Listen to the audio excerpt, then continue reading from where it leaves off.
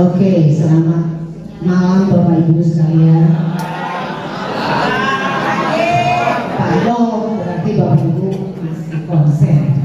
Terima kasih, saya begitu dulu. Assalamualaikum warahmatullahi wabarakatuh. Shalom, Om Swastiastu, Namo Buddhaya, salam kebajikan dan selamat pagi.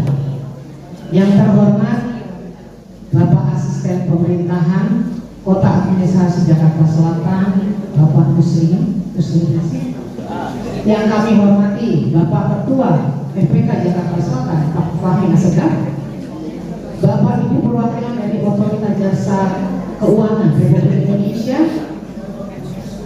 Ketua Yayasan Ukhuwah Sosial Lestari Bapak Yusuf Jamal, dan seluruh undangan yang berbahagia yang berkesempatan hadir pada hari ini. Pertama-tama, mari kita panjatkan puji syukur kepada Tuhan Yang Maha Esa karena berkat dan karunia-Nya kita dapat berkumpul di tempat ini dalam rangka sosialisasi dengan topik pembahasan waspada pinjaman online ilegal. Bapak Ibu yang kami hormati, sebelum kita mulai acara sosialisasi ini, saya akan memperkenalkan dua narasumber kita yang sudah hadir bersama kita pada hari ini. Saya bacakan. Yang pertama, Bapak Agung Budi Prasetyo, sarjana teknik, Master of Engineer dan PhD. Lahir di Metro tanggal 7 April 1985.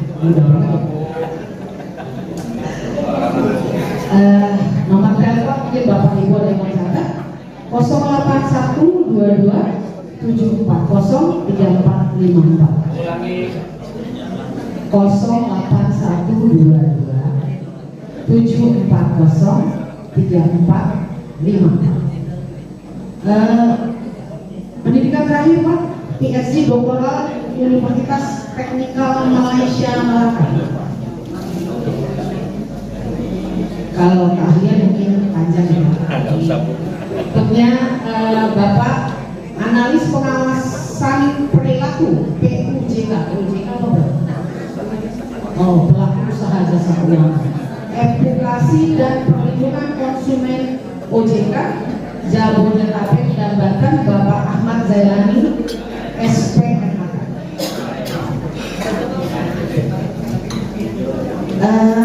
Bapak Ibu, sebelum kita mulai, saya ingin izin dulu nih Bapak berdua. Saya panggil Pak Agung, Pak Budi, atau Pak Prasetyo? Pak Agung. Kalau Pak Zainal. Oh. Sekarang ini saya selaku moderator ingin menginformasikan kembali kepada Bapak narasumber berdua siapa saja para undangan yang berkesempatan hadir pada saat ini. Kalau dilihat totalnya Pak 175 orang, tapi yang hadir 153 orang. Yang terdiri dari anggota Forum Pembauran Kebangsaan atau FPK yang ada di 5 wilayah provinsi daerah khusus Jakarta, termasuk FPK yang ada di provinsi daerah khusus Jakarta.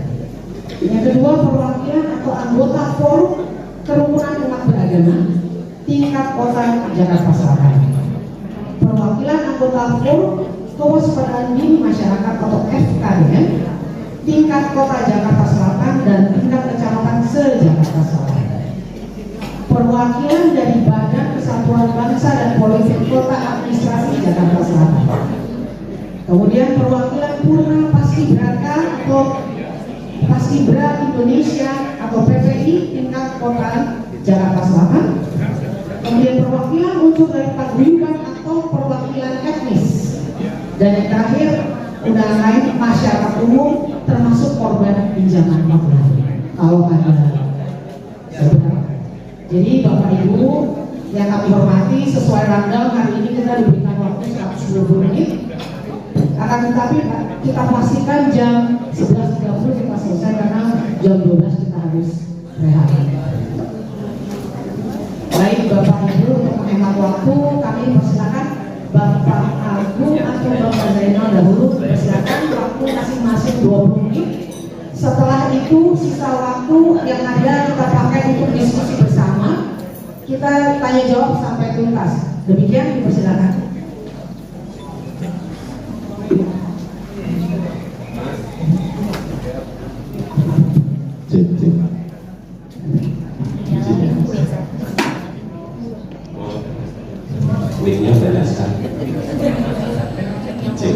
Assalamualaikum warahmatullahi wabarakatuh. Selamat pagi.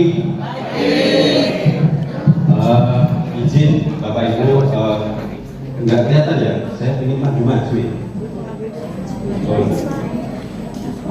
Mas mungkin bisa di highlight yang penting. Oke. Waspada pinjaman online ilegal. Ini pinjaman online aja sudah sesuatu hal yang rumit, apalagi ini ada ilegal. Next Mas, ini waktunya pendek. Ini anugerah atau musibah kira-kira? Belum Mas. Oke, kalau tadi disampaikan di awal bahwa sebetulnya kalau saya melihat dari beberapa literasi yang saya baca, kalau ini difungsikan sebagai hal yang produktif, mungkin ini adalah anugerah. Tapi kalau difungsikan sebagai kegiatan yang konsumtif, ini adalah musibah. Pertanyaannya, ada nggak kira-kira yang dari pinjaman kemudian digunakan untuk UMKM kemudian sukses? Pernah dengar?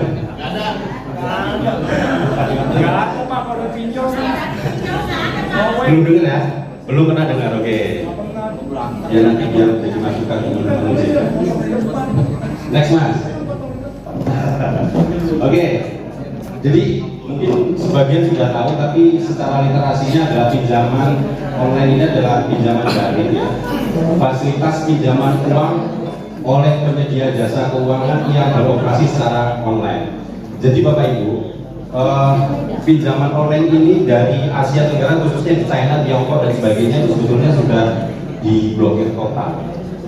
Tapi karena kita ini masyarakatnya konsumtif, jadi mereka larinya ke sini. Jadi secara diam-diam dan sebagainya. Next Mas. Selain memang butuh dan cepat, kira-kira apa alasannya meminjam online? Ada yang tahu? Satu, mudah. Tidak pakai adunan, oke. Tidak rumit. Nah, hal yang kayak gini sebetulnya inilah yang menjadi problem kita. Kalau kita misalkan anggaplah yang paling gampang analoginya adalah KPR ya. KPR rumah biasanya kita pinjam 500 juta. Bahkan yang kita cari adalah ya kita dapatnya sekitar 500. Kemudian kalau bisa tahunnya panjang, kemudian cicilannya sedikit. Nah kalau pinjol ini, next itu kenapa ya? Saya sering mendapatkan bahwa ya sekelas BUMN yang kemarin kita tahu bahwa Indofarma dan sebagainya untuk menggaji SDL-nya juga dari itu. Mahasiswa ITB juga. Cuma saya semalam dapat cerita unik dari teman saya di Jogja. Jadi dia pinjaman online. Tujuannya apa? Supaya dapat bansos. Kan ini kemarin isunya Pak Jokowi. Ini bahaya Pak. Di masyarakat udah sampai seperti itu. Itu yang kasih duitnya siapa Pak? Ya ini saya nggak tahu.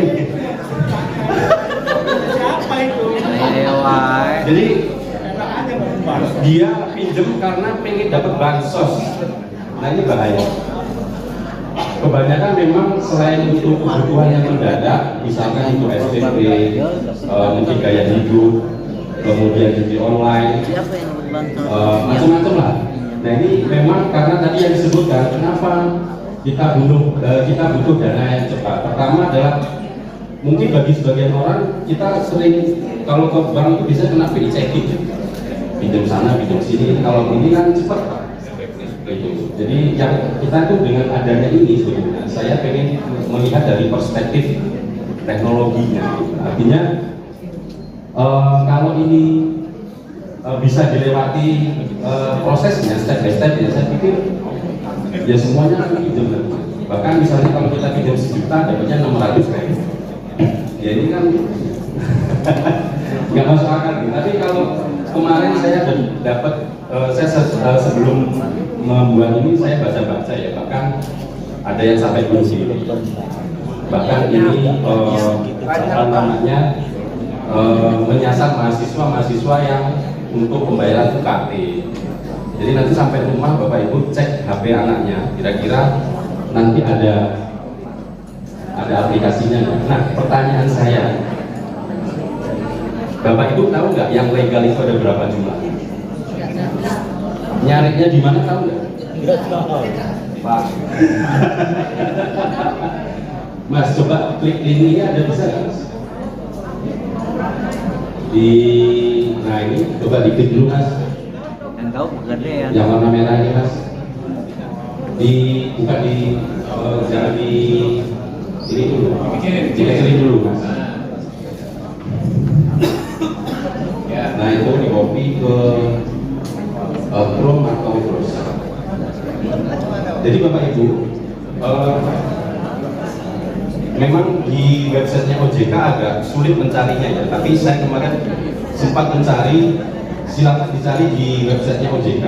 Kemudian dia ada, Mas paling atas Mas, ini adalah penyelenggara fintech lending berizin per 31 Mei.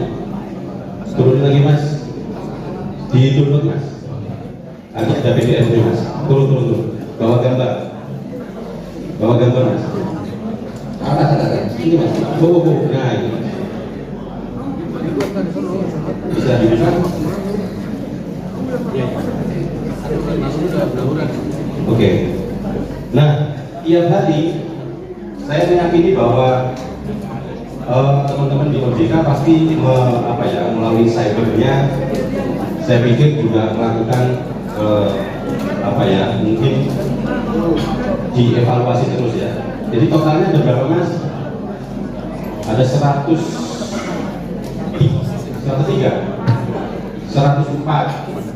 Nah, yang legal aja kita malas, apalagi yang non legal. Nah, kemudian sebetulnya kita ini lagi darurat cyber Bapak Ibu. Kenapa? Pertama, mungkin teman-teman tahu bahwa kemarin kita server Kominfo down, Disduk Capil juga kebobolan ya, terus Mabes Polri, Inavis juga iya. Semalam saya baca Bank BCA juga iya, Bank BTN juga iya, hampir semua Bapak Ibu. Jadi kenapa kemudian tiba-tiba balik ke PowerPoint Mas? Kenapa tiba-tiba bahwa kita dapat tiba-tiba misalnya mohon teman Anda atas nama si X segera suruh membayar. Si pinjol tahu dari mana? Nah, dari HP-nya. Oke, next Mas. Jadi saya nanti ada sedikit literasinya bahwa sebetulnya kita ini ada pinjaman online, ada pay letter, kemudian yang resmi yang mungkin pinjaman koperasi, BPR dan bank. Sebetulnya pay letter ini juga banyak Mas, ininya kasusnya. Shopee, macam-macam lah. Pay letter itu ini kita pinjam dulu, bayarnya nanti. Tapi kalau yang pinjaman online ya yang kita bahas sekarang ini. Kemudian yang saya garis bawahi adalah pertama dari aspek kemudahan teknologi. Jadi tadi itu cuman KTP, kemudian nomor handphone, kemudian longgarnya aturan. Saya tidak tahu yang terbaru aturannya apakah sudah undang-undang ITE dan sebagainya, atau mungkin keputusan OJK dan sebagainya sudah seperti ini. Saya pikir seadanya undang-undang itu juga pasti benturannya masih ada. Nah, yang tidak kalah menariknya adalah masalah kebocoran data pribadi. Ini yang kemarin dibahas di Senayan juga di DPR terkait data pribadi. Next Mas. ini mungkin sudah banyak di Google ya. Nanti mungkin bisa disampaikan oleh Pak Ahmad bahwa apa bedanya perbedaan pinjol legal dan ilegal. Ya mungkin secara bunga dan denda kita tahu lah ya. Pertama terbuka mengenai bunganya berapa. Yang ilegal biasanya tidak transparan. Kemudian penagihan biasanya wajib ikut sertifikasi dan lainnya. Kalau ilegal biasanya menagih telepon dan sebagainya. Ada yang sering kena telepon dari nomor yang nggak dikenal. Saya sering, Pak. Tiba-tiba, Pak, namanya ini suruh bayar, siapa ya? Bahkan saya juga nggak kenal gitu. Jadi cukup hati-hati ya Bapak Ibu. Jadi mungkin keluarga kita atau kenalan kita di forum mana menyimpan nomor kita. Nah ini yang perlu hati-hati. Nah terkait dengan data pribadi yang bocor tadi ini cukup sampai sekarang ya masih menjadi PR lah. Kemudian syarat pinjaman, pengaduan dan akses data pribadi. Nah biasanya kalau yang ilegal biasanya untuk nomor pengaduan dan sebagainya nggak ada. Next mas. Saya meyakini bahwa saya nggak tahu. Kalau saya sering sih.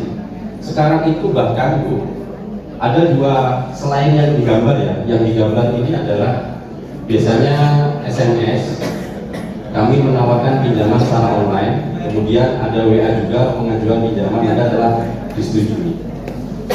Tiba-tiba masuk ke rekening kita sejumlah misalnya 20 juta. Kemudian ada telepon sekian menit bilang salah transfer. Ini ngeri juga ya. Bahkan mereka secara bisnis berani mengeluarkan uang dulu, kemudian dikejar-kejar lagi. Saya nggak tahu nanti kalau kita ya di situ salah transfer ya gimana. Tapi kita secara tidak langsung kita disetujui loh. Jadi kaget ya tiba-tiba banyak seperti ini. Nomor kita kadang juga kalau bisa ya karena sudah nomor kita biasanya sudah nomor lama ya Pak. Kita dulu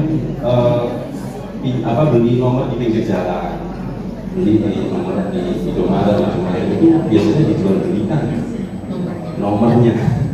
Ini ngeri juga nih. Next mas. Nah bagaimana pinjol tahu kotak kita yang tersimpan? Ini lebih banyak di Android sih Bapak Ibu, mohon maaf ya nyebut merek. Jadi ketika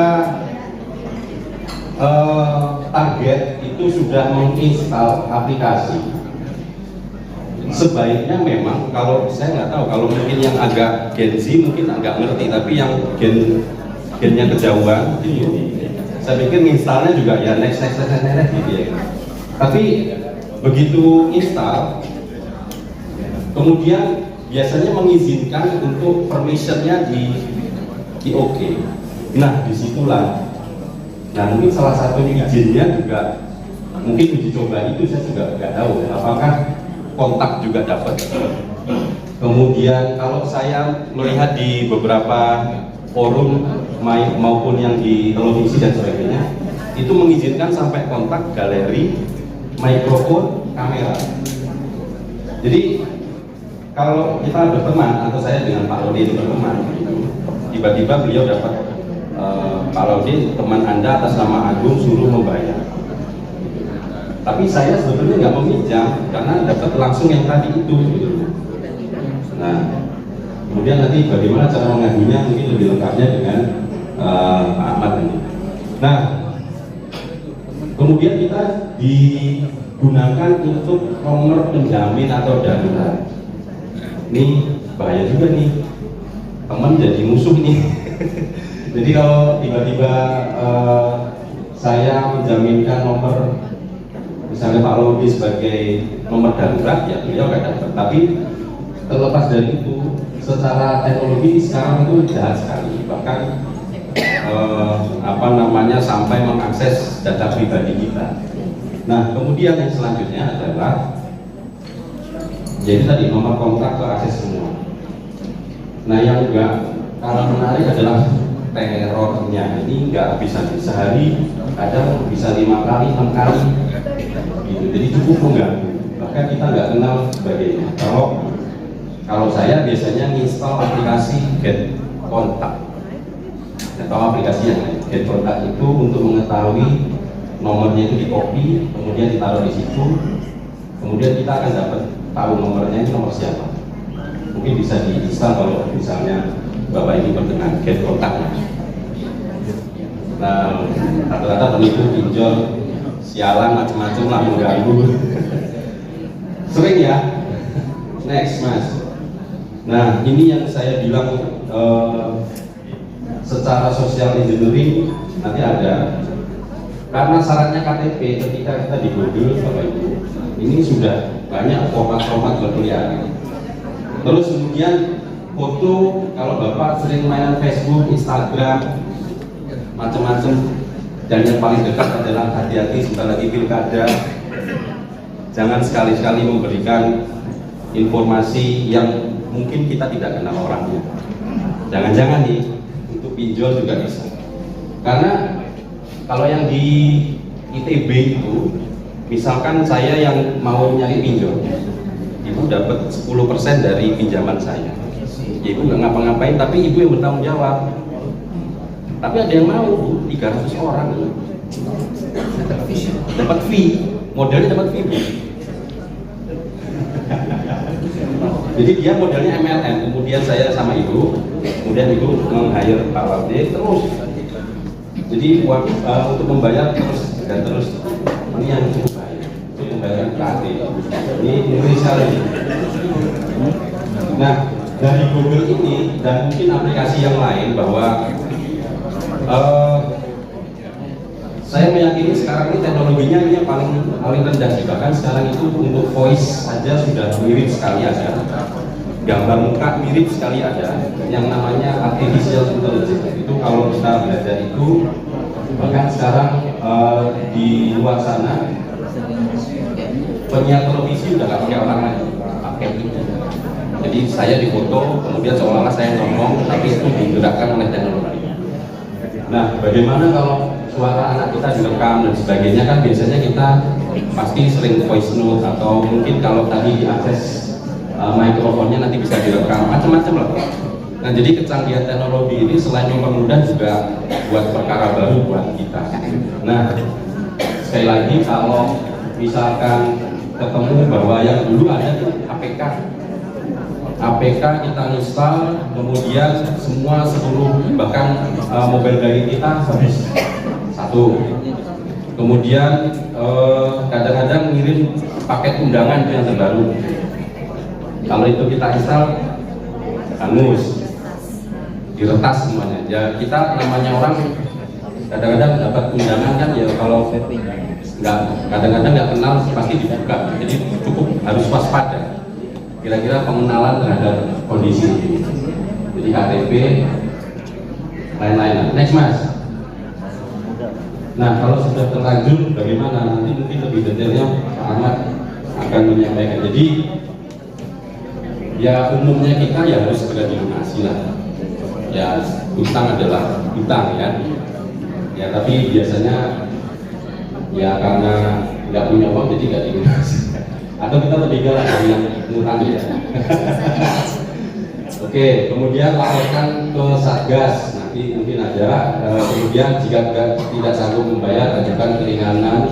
Ini kalau bisa dinego. Kemudian jangan cari pinjaman baru untuk membayar utang. Biasanya kemudian kita pinjam di Ada Kami, pinjam untuk melunasinya di Kredivo, pinjam lagi di Shopee, makin banyak nanti gitu ya. Oke, dari lubang untuk lubang. Jika mendapatkan penagihan tidak beretika, teror, intimidasi, pelecehan, segera blokir, beritahu, lapor polisi dan sebagainya. Ya, ini mitigasi awal ya. Tapi kalau jawabannya seperti teman saya tadi bahwa nanti akan mendapatkan bansos, nah ini yang repot ini. Kapan? Ya kalau iya, enggak. Next, Mas. Saya yakin OJK ini pusing. Belum selesai pinjol ya pinjol online. Dulu ada robot trading, Mas. Ya, robot trading. Robot trading itu ada DNA Pro, ada net 89 macam-macam. Mungkin Bapak Ibu kalau yang kripto itu tahu nggak kripto? Nah, Mas, kripto belum tahu. Ini banyak lagi itu baru satu case ya Bu. Produk kredit, pinjol, kripto macam-macam lah. Fintech yang berbahaya juga banyak. Jadi tugasnya OJK cukup banyak kali ini, tutup satu, buka satu, tutup satu, buka satu seperti judi online. Nah ini yang perlu bahaya dan kembali lagi terkait dengan awareness kita bahwa segala sesuatunya juga harus ditimang-timang kemampuan kita dari proses pembayaran. Next Mas, karena waktunya cuma 20 menit. Nah, sedikit mengenai perspektif teknologi dari apa sih data personal itu. Pertama adalah terkait dengan data identitas diri, riwayat pendidikan, data keuangan pribadi, riwayat kesehatan, data pada platform digital, sosmed, email, data pada komputer pribadi, dan data kepegawaian. Ini cukup mudah ya. Bahkan server kominfo aja sampai jebol. Apalagi kita yang mungkin secara keilmuan tidak terlalu memadai juga. Pokoknya ada yang baru klik, tolong disikapi dulu, jangan langsung ya. Ini karena kalau sudah masuk ke HP kita, sekalian ya, khususnya Android itu cukup lemah, kecuali yang iPhone, gitu ya. Jadi semuanya ini akan ke deteksi. Next, satu lagi ya. Nah, dari social engineering ini itu cukup mudah, bahwa ketika saya mencari datanya Pak Laude itu dalam waktu mungkin 5 menit selesai. Kalau kita tahu ya, tapi kalau yang nggak tahu ya cukup lama. Jadi bahkan untuk membobol rekening pun cukup mudah sampai sekarang ini Pak. Jadi nggak tahu ini sebab kita aman atau enggak ke depannya. Bahkan kalau di dunia keuangan itu kalau BCA jebol, yang lain pasti kita, karena layer tertinggi di kita itu patokannya adalah BCA. Itu baru semalam tuh Mas. Nanti semoga aja lebih hati-hati lah. Jadi yang tampil di sini adalah sindrik saya APK, Social Engineering, dan lain-lain. Kalau di mungkin sering kali ya bahwa di Facebook kita dijebol, kemudian kita minta uang transfer, kadang-kadang kemudian di WA kadang-kadang WA kita juga dijebol, kadang-kadang mengatasnamakan persis mirip foto profilnya dia persis, itu juga bisa Pak. Jadi kaitannya sama pinjaman online karena syaratnya mudah, kemudian kita mendapatkan datanya dipakai seolah-olah menyetujui padahal enggak. Nah inilah karena kemudahan itu tadi, itu dimanfaatkan oleh teman-teman yang kurang baik lah. Jadi pesan saya kembali lagi, ini baru masalah pinjaman online, belum lagi yang tadi saya ceritakan ada kripto, ada bahkan yang berlisensi pun juga saya nggak tahu apakah memang sebaik itu, karena belum pernah nih amit-amit gitu ya. Yang legal aja saya nggak mau, apalagi yang ilegal. Bahkan kalau dulu kalau kita di Kementerian Koperasi ada operasi yang berkedok koperasi, padahal itu koperasi bodong. BPR juga ada. Jadi kalau kita mau ke bank karena susah, nah itulah karena kita nggak bisa langsung 5 menit langsung cair, itu problemnya di situ. Jadi cukup berbahaya. Next slide ya. Oke, satu lagi. Nah, cara menghindari dari serangan cyber itu seperti apa? Pertama, Androidnya diupdate kalau punya HP Android. Kemudian OS-nya gunakan sandi yang unik. Saya meyakini kalau kata sandi, email, HP, PIN, apa lagi? Yang beda hanya token listrik, password, pokoknya hampir seluruh password. Kemungkinan kalau nggak tanggal lahir, nama anak, nama suami, nama kita sendiri, nama ibu, Ya kalau satu dapat semuanya dapat Pak. Gitu. Kemudian mereka biasanya kemudian mengunci di email, emailnya diubah, nomor HP-nya diubah sudah. Karena autentifikasi OTP-nya semuanya pakai sana. Jadi harus dibuat unik ya. Ya, mungkinnya uniknya seperti apa? Kalau terlalu sulit ya jangan unik-unik banget. Kemudian jangan membuka lampiran atau tautan dari sumber yang tidak dikenal. Kadang-kadang ini yang terselip biasanya undangan bit.ly/wah ini yang kalau kita yang tahu mungkin kita bisa track ya, tapi kalau saya kasihan pada masyarakat yang nggak paham teknologi, apalagi di desa, tinggal klik, wah, udah nggak punya duit, HP-nya kehack, macam-macam, wah repot. Kemudian waspadai tanda-tanda phishing. Phishing ini penipuan ya. Dulu ada phishing di Bank BCA, jadi dulu itu namanya klikbca.com, kemudian ini dibalik bca-klik.com, cuma dibalik aja, tapi mereka bisa membuat itu. Kemudian gunakan layanan keamanan internet yang terpercaya, gunakan step autentifikasi pada semua akun sosial media. Biasanya di OTP-kan ke SMS atau ke Google Authenticator, macam-macam sih. Ini 2SS kalau saya terangin. Tapi intinya biasanya butuh proof lagi selain password. Itu ya. Itu di WA biasanya ada di WA membuka password lagi ada. Kemudian hindari menggunakan layanan publik yang tidak terjamin keamanannya seperti WiFi. Ya mungkin seperti di ruangan ini, kalau bisa jangan menggunakan WiFi atau dimanapun lah. Kalau kita kadang pergi ke hotel, kemudian kita buka mobile banking, hati-hati ya Bu. Jadi prosesnya Ibu membuka sampai mendapatkan itu bisa ditarik. Ya. Jadi kalau mau buka amannya gunakan tanpa WiFi untuk membuka hal-hal yang sifatnya private, mobile banking, kemudian apa lagi ya, terutama masalah duit.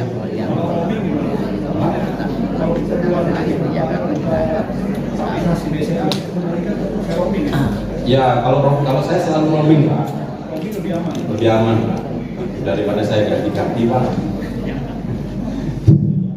Kemudian gunakan aplikasi yang menjadi data enkripsi, berhati-hati dalam melakukan data pribadi. Nah itu sih. Jadi banyak hal yang perlu kita ketahui di dunia teknologi ini, selain mudah, tapi juga banyak mudaratnya. Cukup kita harus berwaspada terkait dengan kondisi yang sekarang. Nanti gongnya ada di Pak Ahmad ya. Tapi di dunia teknologi bahwa sekarang habis ya Mas ya? Oke. Jadi pesan saya terakhir, sekarang Indonesia lagi darurat cyber. Tadi yang saya sampaikan bahwa data di Sukabin, data Inafis, Mabes Polri, Bank BCA, Bank BTN, BSI yang kemarin macam-macam itu karena kelalaian kita Pak. Jadi ini receh sebetulnya, pinjol. Jadi intinya kan kita harusnya nggak usah ya, tapi nggak tahu kenapa kalau nggak usah ya dihapus saja lah gitu. Kalau memang lebih banyak berobatnya. Tapi mungkin aspek lain bahwa ini bisa digunakan untuk perspektif untuk membantu UMKM ya itu aja. Tapi tadi saya sedikit survei, ada nggak yang sukses dari pinjaman online? Belum pernah dengar. Ini masukan Mas. Ya, mungkin itu Bu dari saya, nanti mungkin bisa dicabut karena gongnya ada di. Terima kasih.